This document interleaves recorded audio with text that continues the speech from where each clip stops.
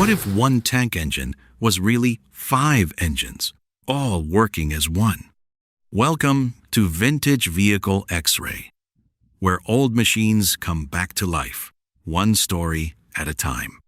This was the Chrysler A57 Multibank.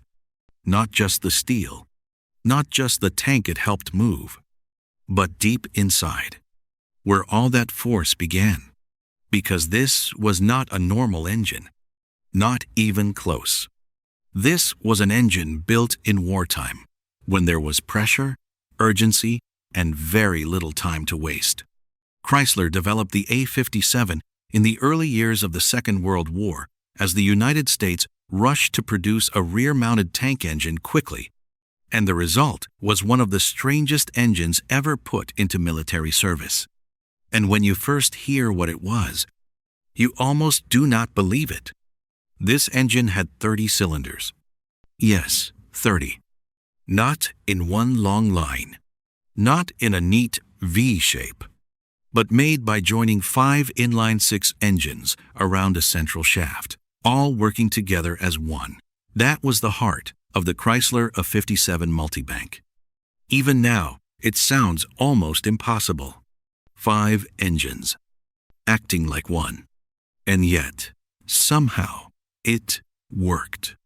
That is what makes this machine so fascinating. It was not elegant in the usual sense.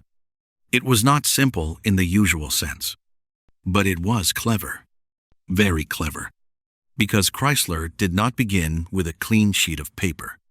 Instead, it used existing Chrysler flathead 6-cylinder engine architecture and arranged 5 of those power units around a common central gear case, saving time and using tooling the company already had. And that tells you something important right away. This engine was born from necessity, not from luxury, not from experimentation for its own sake, but from a moment when a nation needed tanks, and needed them fast. So let us slow down now and look inside. At the center of this machine is not one ordinary engine block, but a central housing where the power of all 5 engine banks comes together. Around that center sit 5 separate inline-6 sections, each with its own cylinders and pistons, arranged almost like petals around the middle. That layout is the first surprise. You might expect chaos. You might expect a machine that feels impossible to understand. But when you break it down, the idea is actually simple. Each bank works like a normal old 6-cylinder engine. Inside each cylinder, a piston moves up and down. Fuel and air enter. The mixture is compressed. A spark ignites it. The piston is forced downward, and that motion becomes power. That part is familiar. That part is old mechanical logic. The unusual part is that this process is happening across 30 cylinders in total, across 5 banks, all feeding their power inward to a common output shaft. Each of the 5 crankshafts used geared flywheels that meshed with a central sun gear, which then drove the main shaft of the engine. So this engine is almost like a team.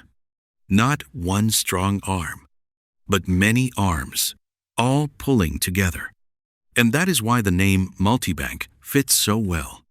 It was many engines in spirit, but one engine in purpose. Now think for a moment about what that means. When a normal engine fires, you hear its rhythm. You can imagine its pattern. But in the Chrysler A57, that rhythm becomes something larger, more layered, more dense, more unusual, not just because of the number of cylinders, but because of the way all those firing pulses combine into one shared effort. And yet, for all its strangeness, the goal was very practical. This was a tank engine. It had to move weight. It had to work under stress. It had to keep going.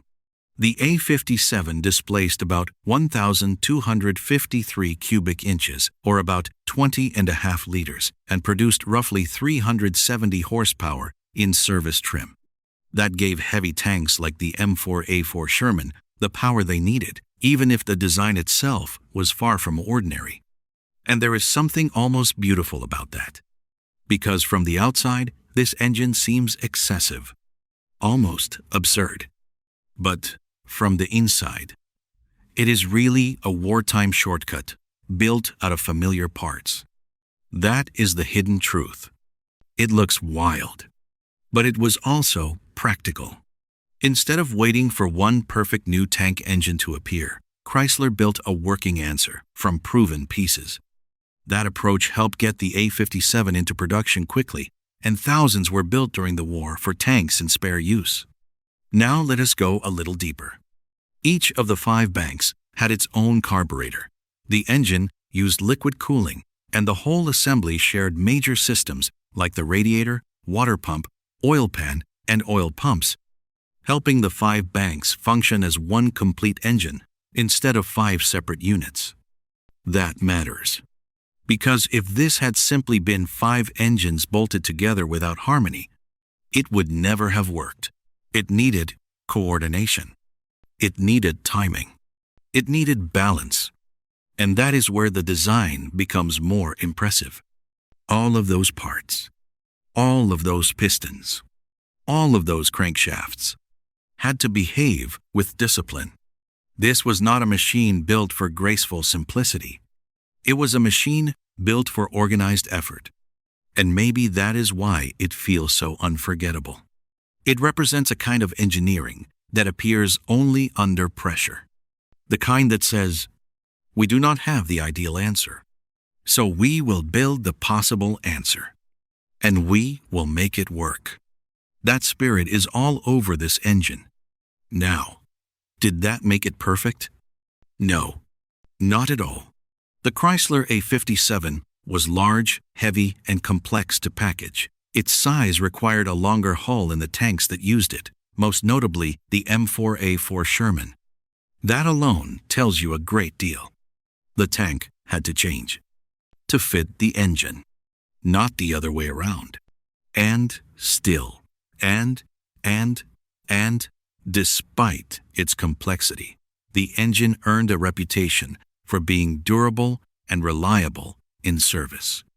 Thousands of M4A4 Shermans were built with it, and contemporary and later accounts describe it as a dependable working power plant rather than a failure or a dead-end curiosity. That is one of the most interesting parts of the story, because when people first hear about a 30-cylinder tank engine, they expect madness. They expect a disaster. They expect something too strange to survive. But the truth is gentler than that. Yes, it was unusual. Yes, it was complicated. But it also did its job. And in wartime, that matters more than beauty. There is even an old Chrysler advertising claim from 1944 saying the engine could still move its tank even if 12 of its 30 cylinders were knocked out. That was Chrysler's own dramatic claim, not a quiet engineering note, but it shows how strongly the company wanted to present the A57 as rugged and resilient. And somehow, that sounds fitting. Because this engine does feel rugged, not in a neat, polished, showroom way, but in a determined way, a stubborn way, a built-under-pressure way. Now, let us step back for a moment from the machinery and think about the feeling.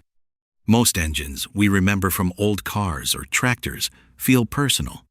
You can imagine the driver, the road, the field, the sound at sunrise. This engine is different. This engine feels industrial, military, urgent, and yet it still has character.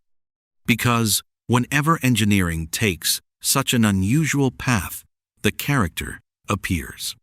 You begin to see the people behind it, the urgency behind it, the moment in history behind it. You realize this was not an engine built to charm anyone. It was built because there was a problem, and someone had to solve it. That gives it its own kind of soul. A hard-edged soul, perhaps, but a soul all the same. And if you were standing beside one of these engines while it ran, you would not simply be watching pistons and gears. You would be hearing a wartime idea made real. 5 old-fashioned engine banks, all breathing together, all firing together, all feeding their strength into one center. That is not something people forget easily. It is too unusual, too bold, too human. Because underneath all the metal, the Chrysler A57 tells a very human story. When the perfect answer was not available, someone built an answer from what they had, and built it well enough that it mattered. That may be the most powerful part of the whole design. Not the 30 cylinders, not the size, not even the sound, but the thinking behind it. Use what is proven. Use what is available. Combine it in a new way. Keep moving. That is a very old engineering lesson, and this engine teaches it loudly.